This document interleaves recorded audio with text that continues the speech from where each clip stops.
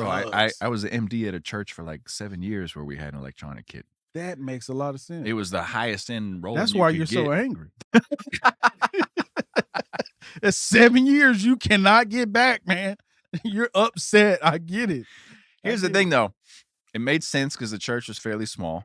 And at the same time, all I had to bring, It doesn't make sense. bro, I didn't even have to bring sticks because you don't really break sticks on electronic kit, right? So I just left like 2 pairs there. I would just walk in with my in-ears. It's not like I had to spend any time tweaking or tuning or whatever. Yeah. Like twice over 7 years, I had to replace the kick pad because it just, it just wore out because of the beater. But otherwise, it was like, But hey, think of how much experience you miss from a live kit. well, I still had the live kit at home. Yeah, but So- at church you can't really dig into an electric kit. You can't just be like, I'm giving it. You can, but Yeah, but it's not. no, it definitely takes some tweaking, some adjustment. It's like having an internet girlfriend. Like, it's fun to talk to, but you can't bring her home. You can't bring it. I'm just being honest, dude. It's like, I don't. That's a terrible analogy, but it makes sense, man. Because on the real drum kit, you got to bring some of the songs home, man. You got to really dig in. Sure. And, especially church music. Believe me, and there's you plenty of can't times do it was that. like, You can't do that with electric kit. I mean, I'd take one hand, I just turn up my volume. That's my point. Exactly. Yeah, But- no, it's tough because the floor to ceiling thing, when we're talking about dynamics, Yeah. it's like, on acoustic drums, it's almost endless. Yeah. Whereas electronic, it's so much more narrow, and yeah, it definitely takes some getting used to. But I will say, overall, it did make me a more dynamic player because bringing that. It made me a more dynamic player. Bring, Listen, you learn that in playing club gigs. sure. Because if you're not learning that on a normal gig, then you need some help. Yeah, which I mean, I'm not saying I had no experience with that, but having to adjust to that electronic kit and know that, like, okay, I really play this, this Thing the way up, it's this supposed. Yeah, down yeah. in order to capture that dynamic properly. But then, yeah, when you start to dig in, it's like you hit a certain point and it goes, all right, now my But the feeling, emotion is not matching There you go. the output. That's what I'm saying. Yeah, for I'm sure. an emotional player. Well, for sure. Look, An electric kit, I don't care how much you love it, no, obviously, I'd always prefer to have an acoustic kit. but real drum kits expose But I will you. say, I bet that last gig you were on, you would have much rather had You gonna go there? a nice rolling. You gonna go there? Absolutely. Yeah. So I'll take a just great electronic kit over some crappy acoustic. But the crazy part, I'm not gonna say the company's name, but it was Subtle. technically a great kit. Yeah. Supposed to be. Oh, anyone can mess up a great kit. But dude, when I turned it over to tune it, first when I sat down, this is a backline kit, by the way. That was backline. That was not the kit that I asked for, that they said they had, and the cymbals that I didn't ask for, that they said they had. And I get there, and it's everything but what I play. I mean, you couldn't have got it any wronger. Yeah. Wronger? Like they any Wronger? more wrong. But Nah, that's that's right. right. We're gonna go with wronger. We'll figure That's it out. how I felt. But I mean, Basically, they looked at your rider and was like, "Oh, cool." and they know as a backline company, they can get away with it because it's time for the show. Well, yeah. At that point, what are you gonna do? Yeah, there's No, we're about to delay this 4 hours until y'all get the right stuff. Like, they know that's not gonna happen. yeah. So before I even turned the kit over to tune it, the rims were rusted.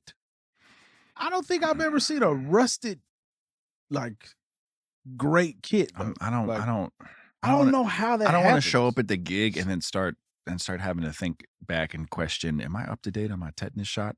Like, you know what I'm saying? Like, I'm supposed to be working, not worried about my health right now. Yeah, and then they were rusted, and I went, okay, they put brand new heads on them. It's rusted. I can still make it work, right? And then I turned the drums over to tune them, and the bearing edges are shattered. Oh, Like it's chips of wood hanging off the bearing edges. nope. And I went, Nope. there's no way I can make these drums sound good. No, I'm out. And I gave up because out. there were actually Yeah. 3 bands before us. So I did not tune those drums. I left it up to the guys that were playing the kit before me to take charge because at that point That's so. I was exhausted. And yeah, sometimes you get tired. And that was one of those days where I was like, man, Of all the things, that's the one that you like. I'm handy enough that I can swap out lugs, I can swap out hoops, obviously replace heads, whatever. I don't have the craftsman ability or the machinery or whatever it is you need to recut bearing we're not edges. doing Once that, that's man. gone, it's like And it's a we're great done. kit. Like Yeah. I'm not gonna put the company's name in because they don't have anything to do with that. The No, way they somebody didn't- take they care didn't of mess the it up. kit. But that's a great kit. I mean, they had great snares. The cymbals, not so good. Yeah, But which we all know there's nothing you can do about. no, and but this is why we should go into the segment of why gear matters. Okay, that's what we're talking about today. So yeah, I feel like this is a perfect segue because like it didn't matter how much I knew the songs, the drums don't feel right. Yeah. They're not tuned right. Yeah. I couldn't do anything about that. Yeah. The cymbals don't sound good. So every time I hit that cymbal, I couldn't help but to think these don't sound good. Yeah. And you of course, as a professional, you can play through that, Right. but I'm thinking that the entire time, like, these don't sound good. Like, and I'm playing the show and I cannot get that out of my brain. Like, these drums don't sound good. Oh yeah. Every time I hit these toms, and it's affecting my thought process on the song, even though I know the songs like the back of my hand, and I'm still playing them. But it's just subconsciously you're thinking that you don't sound good. Well, because as any musician should, especially as a drummer, the whole time you've been learning to play the drums, you've also been training yourself to listen. Yes, right? absolutely. To If you're a good musician. Of course, to listen to yourself, to listen to the band, and as you are hearing yourself back, not your playing, but the gear that you're on, and you go, man, this sounds bad. Yeah. Not only does it sound bad, but it sounds inappropriate for the music I'm playing. And it doesn't By the way, guys, feel good. Welcome to For the Drummers podcast. My name's Eric. This is Sterling. We're talking about, does gear matter? Yeah. I think we all know the obvious answer, but we're going to get into it. So, but also, this is a podcast from drummers for drummers. That's right. We're talking about gear and everything else. But like you said, why gear matters. And it does. And a lot of people act like it doesn't. Like, I'm going to just go get this and get that. Man, no. Well, it's all about context, right? If all you want to do is play in your basement or bedroom, wherever it is you set up your kit, and maybe you just want to make videos to post online or it doesn't matter. Whatever. It doesn't matter as much. Right. By all means, buy whatever it is you want. That sounds good. But developing that ear too is its own thing. Even if I'm not going to play with anyone, I'm not going to go to the store and just pick out a bunch of random cymbals because they look cool. Right. And then you get home and you start hitting them together. You go, wait a minute. You know, these hats do not work with this ride, and these crashes don't work together. And what's going on here? It's like, you're not listening, I have to play the cymbals before I buy them. Of course. Like, I have to go in the store, and if they don't have it, then I'm probably not going to buy it.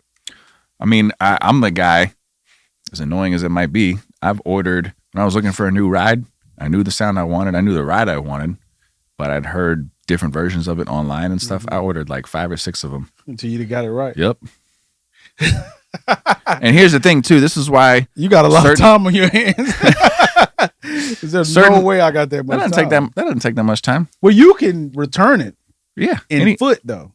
I mean, sure. But my point, look, some of these companies get it right and they have great demo videos. Not only that, they give you more information. Like they'll list the gram weight about the cymbal, right? Yeah. I'm looking for a certain ride and I know I want it to have a certain crash ability to it. Yeah, therefore, it's got to be below a certain gram weight. If I go into your store, Steven knows what I'm talking about. If I go into your store and you have all the cymbals out and I can't play any of them, and I'm there to spend $400 to $1,000, nah. And no, not only that, you send me to a video that has computer speakers, and you're like, "Hey, if you want to hear what that cymbal sounds like, we got it on this computer." That's absurd. Just hit play. Yeah, that's absurd. I just had to bring that up, man, because we had a nice experience at a See, I'm going to tell them. Very famous. Okay, cool. I'm going to buy it. Can you bring it out? Well, they told me I couldn't hit anything. And then, no, I'm going to buy it. Bring it out. And then once we get up to the register, nah. Now I'm going to hit it. And I go, you know what, never mind. That's petty on another level. Hey, but I didn't think about it do like your job. But I think about it like, okay, I'm only going to be in this town once or twice a year on tour.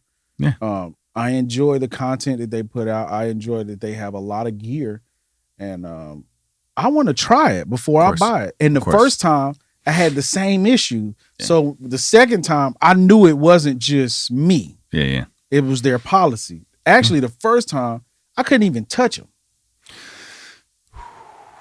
I couldn't even touch them. That's just why even have a physical store with the door open? Well, you just have a warehouse. They don't. They make their money online. No, I know, but just have a warehouse then. You're right. Don't even let people in the door. You're right. You know what I mean? Like what? I can't even look. That's a whole nother topic. Do you want me to tell the other part at the end? A different day. Well, look, a different day. We'll talk about shops. We're talking about does gear matter? It does. Not let me tell shops. you, I find a snare I really like. Yeah. Now they let me play out of it. They let me go in the room, close the door. They let me up tune it down. Steven helped me shoot a little small video in it. Nice. And you remember what it was?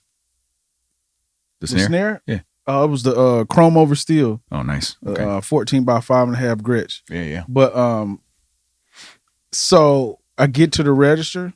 Everything's not going okay because I couldn't play the cymbals that I was gonna buy. Oh, yeah. But they had the snare I was looking for in person because I wasn't gonna buy it offline. Right. Like I have to play it. Yeah. I get to the register. This is a true story, bro. Get to the register. I'm paying for it. I hear zzz, zzz, zzz, zzz. I'm like, what? That sounds kind of funny. I turn around. They're taking the snare head off of it that I just played with. They're taking the snare head off of it. Because partially why I bought the snare is because that head sounded perfect with it. But they let me play with it and take it off to put another snare head on it that's not that one. That I had never seen that before. Could you not ask him for like? No, I told him, hey man, what are you doing? That's what I asked. I said, what are you doing? Oh, we put one of our heads on there. I was like, were you gonna tell me that before I bought it? Or was you gonna do it while I paid for it? And that's what they do. While you're paying for it, they're swapping out your drum heads. That's infuriating. Yeah. So I shouldn't have bought the snare, but I really wanted it, and it was the only place I was going. I probably at that time for a while that I was going to walk into a drum shop and see it. I mean, good news is you can just then go home and put whatever head you want on it. Yeah, but I bought it because of that head. That's the thing. It comes with the head. It's part of the drum that I'm purchasing, not what you want to put on there. Right. But yeah, true story. Yeah. Man, okay. That's I had to tell that story though. We went down the cymbal rabbit hole. That's its own thing. And of course I have my very strong opinions about how certain places do business when it comes to that. But anyway. But yeah, man, gear matters. And that's part that matches. I bought that head. Yeah. Because I bought that snare because that head was perfect for that. Well, so this is one of the things, right? People forget that the accessories, so to speak, have like a lot to heads, do with it. that's part of the gear. Yeah, that's a lot to do with it. Yeah. So we were talking earlier about, choosing gear. I think this is like a super important topic when it comes to this, choosing gear that is appropriate for the gig. Yeah. Right. In the country music world, as a drummer, there's a certain sound that you want that matches the music, right? And the artist. Of course. But you can't, if you show up with a hip gig kit. No, it's not going to work. Right. Yeah, they're going to look at me like, what are you doing? So let me ask you then, even though your answer might not be, the same as other people, and you'll see what I mean when we get to it. But when it came to putting together your setup for this gig in particular, how did you go about doing that? How did you go about picking the kit and the cymbals and deciding this is what's going to sound best for this artist and this music? Okay. Run me through your setup for this gig. 12, 14, 16, 22, 2 snares. One of them is a 6. One of them is a 5.5. Okay. You got the 6 tuned down lower side snare? Yeah. Cool. So, all right. Then the crash is, I'm not your normal country drummer. Sure. With a lot of country artists that I've noticed, they're playing 20-inch crashes. Yeah. You know, but that's based on their music, and some of them are running tracks, so it's a lot. It's the sound is larger. Yeah. So the cymbals have to match the sound. Right. As opposed to us, we're not running any backing tracks. Run click maybe 5 times a show. So it's up there, but okay. I'm maybe running click. So on what kind of cymbals, what tones are we working with? We're working with 18-inch. I use a Stratus because it's a little bit on the darker end than the complex. Mm-hmm. So I'm using complexes and Stratuses. Okay. Yeah. Nice. Yeah, I keep it simple, man. You got to have your yin and yang. Yeah. There's some songs where that crash needs to be quick and out, and that's what I love about both the complexes and the Stratus. They're not lingering.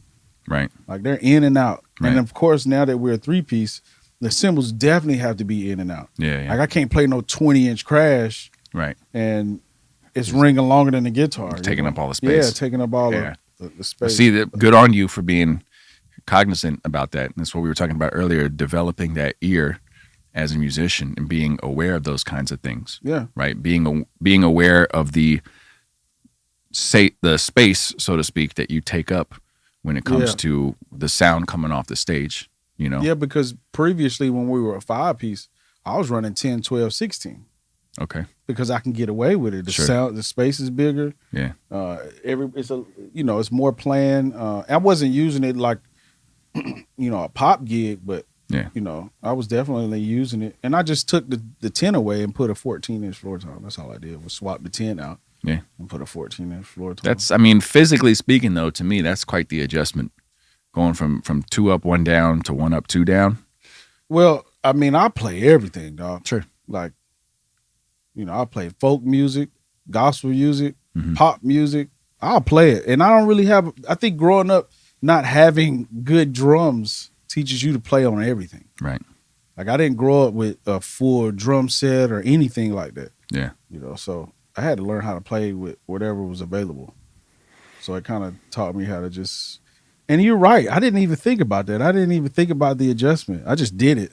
Sure. And figured it out. Well, because it hopefully it doesn't change your parts too much because it is still technically the same amount of toms, but the placement matters a lot. Well, in between that, I had 1 up, 1 down. Yeah. Okay. So I went from 10, 12, 16 to 12, 16, and then went 12, 14, 16. I don't think I've ever. No, that's not true. At church for a while, I had 1 up, 2 down, but I don't. The 2 floor tom thing is I don't know. It's odd to me.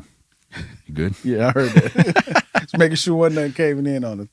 But I never really thought about it. Like I just did it. Sure. It felt good. I really didn't think about it. Steven was there when I went from, like I didn't think about it at all. It just kind of happened. Talk to me. You told me your sizes, but it's what kind of kit are we working with? Gretsch, Renown. I went from the Catalina so to all the maple Renown. shells, perfect for that. Yeah. Coated heads? Bro, I do everything. Interesting. Like right now I have the Focus X Aquarian on there, but are those coated? No. I'm not familiar. No. Okay.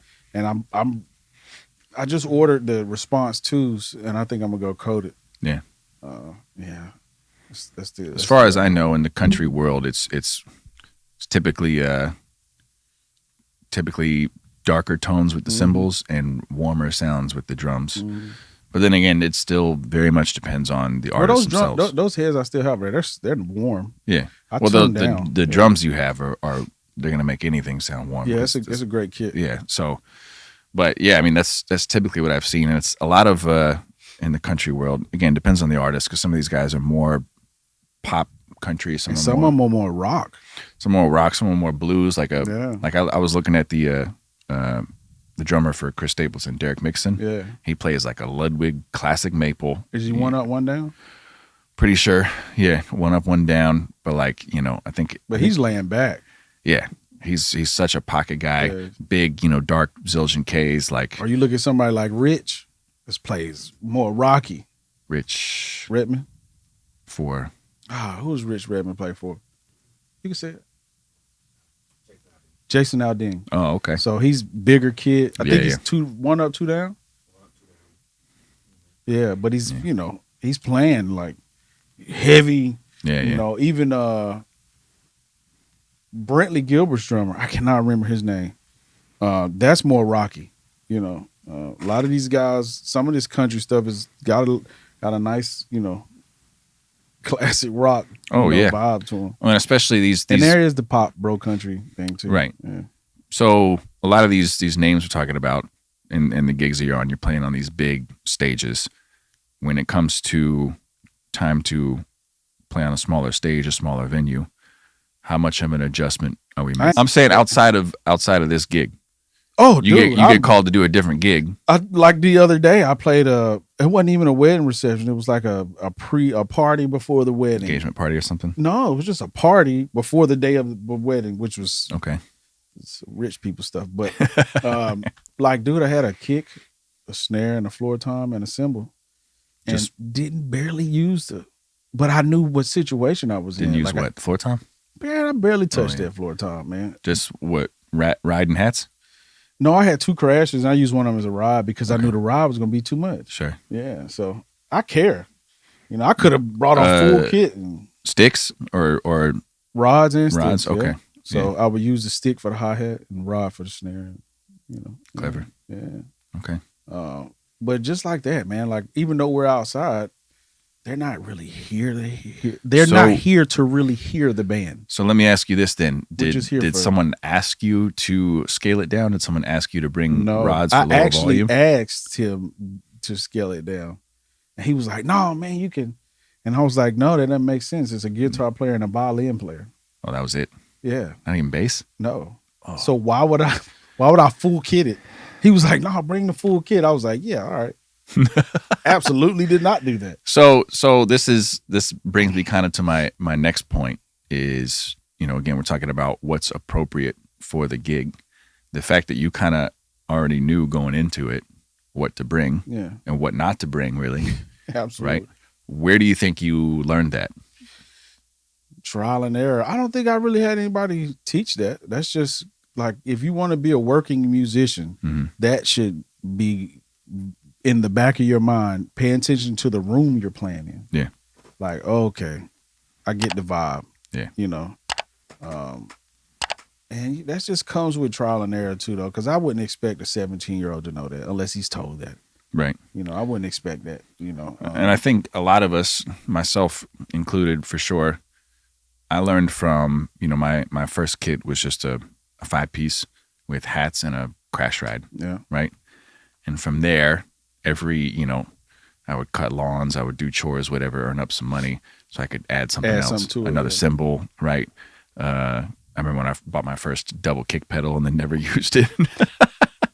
But yeah, everything was like any money I could scrape together was towards expanding the kit. Because as a kid, you're like, man, the more stuff I got, the better it is, and the cooler it is, and the more fun it is, And then you start gigging, and you're like, yeah, I'm not bringing all that. But if the artist is cool with it, and whatever floats your boat. If you got them, use them, right? Yeah, man. But I don't know about that motto. But even if I had it, I wouldn't even test the artist like that. I wouldn't even put any pressure on the artist to have to come to me, right? And be like, "Hey, bro," you know what I mean? Like, you got a lot of cymbals up there. You don't need 13 cymbals for 28 minutes, man. Right? So. Right. Yeah, I think once you start to realize that when you look at other people's setups, especially the big name guys we mentioned, in the GOAT episode, not. Even if you're an amazing player, not everyone needs a Terry Bozzio kit. Absolutely not. You know what I'm saying? There's only one reason you need that. If you're him. Right. Right. That's it, man. Yeah. But everybody, I'm not going to say everybody, but all drummers want to be able to have the kit at home. Oh, sure. You want to be able to have everything you want to put on a drum kit, because in a gig setting, you're never going to get that experience unless you play for that type of artist. Right. So my setup at home is 8, 10, 12, 14, 16, 3 snares. Yeah. 3. Yeah, I have a 10, 14, and a 14. And sometimes I go 10, 13, 14. That's the crib snare. I don't even know where you set all that Well, up, I have one of the snares that's like hanging off the So when I'm just playing like that, Oh, it's that's too much, right? no, man, it's Yeah, that's too awesome. much, right? No, Okay. I'm at home. Like, nobody cares what I'm doing at Yeah, home. I mean that's the toy shop. But that's so. also how you learn how to play everything. You set up True. everything and you practice on it. Then you go, oh, that doesn't work here. Yeah. I'm thinking back to when I first started, and as I coming up as a teenager and stuff, you start getting together with friends, and you have your original band. You start writing music and everything, and I'm remembering how much my kit expanded to a degree. Well, but also like as I was, the music I started playing started to get more intricate, more complex. I was doing this like sort of prog rock thing for a bit, and it was like it's still not crazy. I still had 5-piece kit, but a splash, 3 crashes, a China, like it just it got got to a be picture of it somewhere. Probably maybe dig it up somewhere. It was fun, but I can confidently say I used everything on that kit. Dude, I didn't really have a kit almost every in song, high school. Yeah, I didn't really have a drum set in high school. What? Yeah. All through high school? Yeah. Dang. Yeah, man. Just pots and pans? Yeah. All right. Yeah, I mean, I had a guy give me a kit when I was younger, and nothing connected. Shout out to him. I'm not gonna throw his name out there, but I mean, he blessed me with a drum kit at like. I should ask. Can you call it that? I mean, I'm 7 or 8, so yeah. Oh, yeah. I thought you were talking about in high school. You had this I didn't have weird Frankenstein kit. I ended up, buying a kit like after high school, but I was in marching band, so my focus was like, playing quints. So let me ask you this. This kind of, I guess, goes more into the teaching aspect, which we'll talk about at a different time. But for a young up and coming drummer, shoot, if where are you going? If money were no issue, where are you going? Would you say it's okay for a young drummer to have this big, expensive kit, or do you think it depends? Younger, newer guys should start out with a more simplified thing. Oh man, that's a tough question because it's a lot of variables. Sure, it's a lot of ways that can go. If he's got a good teacher, yeah, you should be able to have everything, but you're not going to get taught on everything. So I guess you're right. You should start out on a 4-piece or a 5-piece. What you're going to get taught on is where you should start at. I mean, as we've seen, there are some guys that I would say it's intentional because obviously they know what they're doing. They purposely play on a smaller kit, which I think in a lot of ways forces you to be more creative. True that. You have less options, so you... Mason Goodry, I don't know if you know who that is. You know who Mason is? Dude, bro, he plays with floor toms, no rack toms, and like 3 cymbals and is murdering the drums. There's those guys, for sure. I mean, murdering. Yeah. Like, I mean, it's crazy. As we talked about before, one of my personal favorites, Benny Greb. I think I said his last name right. If I butcher that, I apologize, brother. But go ahead, I'm sorry. But Benny, he uses a 4-piece, just one rack tom, one floor tom. Yeah. But I think he does 10 and 16, which is interesting, and then a side snare. But he's got a lot of cymbals, like stacks, a lot of color, and But even still, it's like he just. I mean, he's all right, he's all right. But yeah, you're right. I mean, but I'm pretty sure at one point he had that kit set up at home. Or maybe he wasn't that guy. Maybe he was the guy that's like, this is what I'm going to play. I mean, from what I know, he came up as a jazz guy, which as most people have seen, the old school bebop jazz was always more of a scaled down kit, Sure. But as his music started to morph, it seems like he didn't really expand his kit the whole time, except for the side snare. Yeah. Just a lot of different cymbals. Shout out to the guys. Shout out to Luke. Shout out to Steven in here, rocking like a cutoff stocking, baby.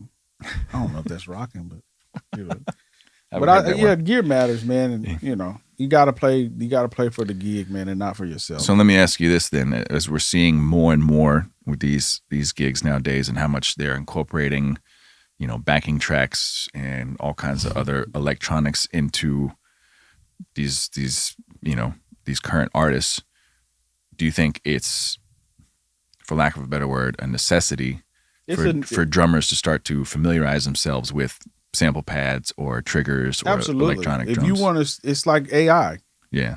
It's like the way the world is going. It's the same thing in the music world. Like, right. Shout out to Luke for being the Ableton god, but You know, you want to know how to run an Ableton live show. You need to Mhm. know how to do that, and not Yeah. for just a tour, but for at home. Yeah. Even when you're tracking at home, you want to be able to know what you're doing. Right. You know, Right.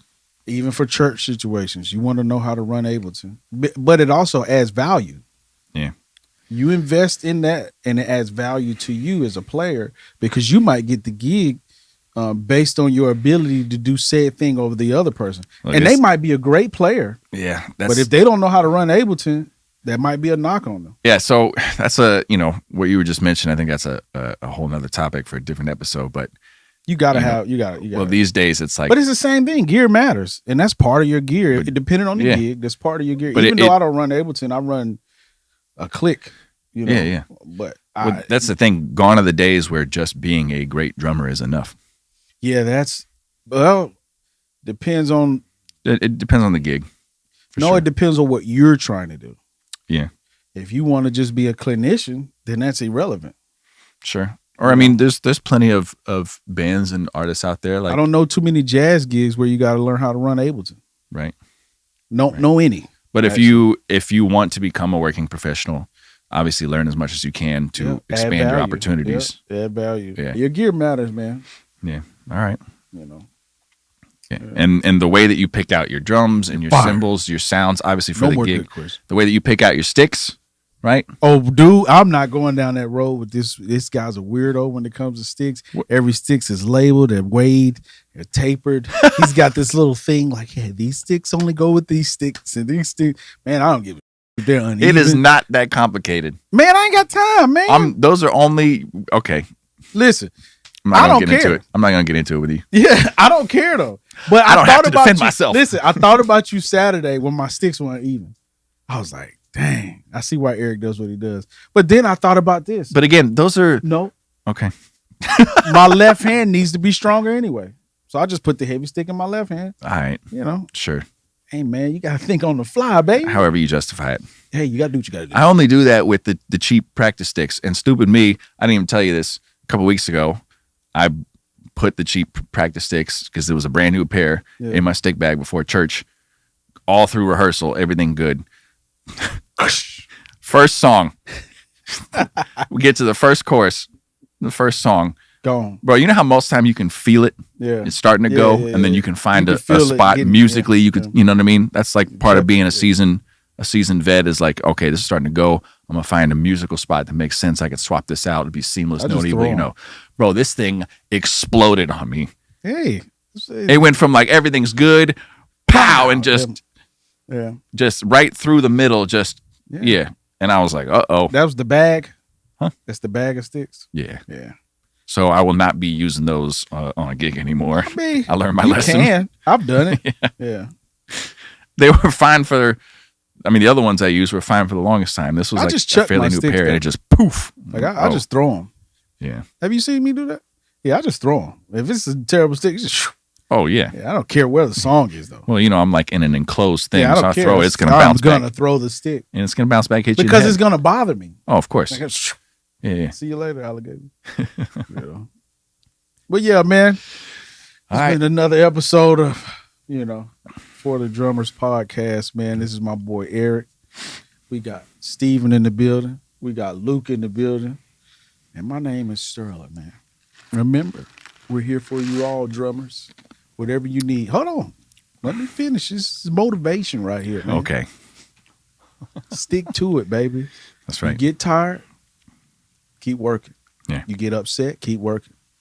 Opportunities are out there, but you gotta keep working. Go ahead. There you go.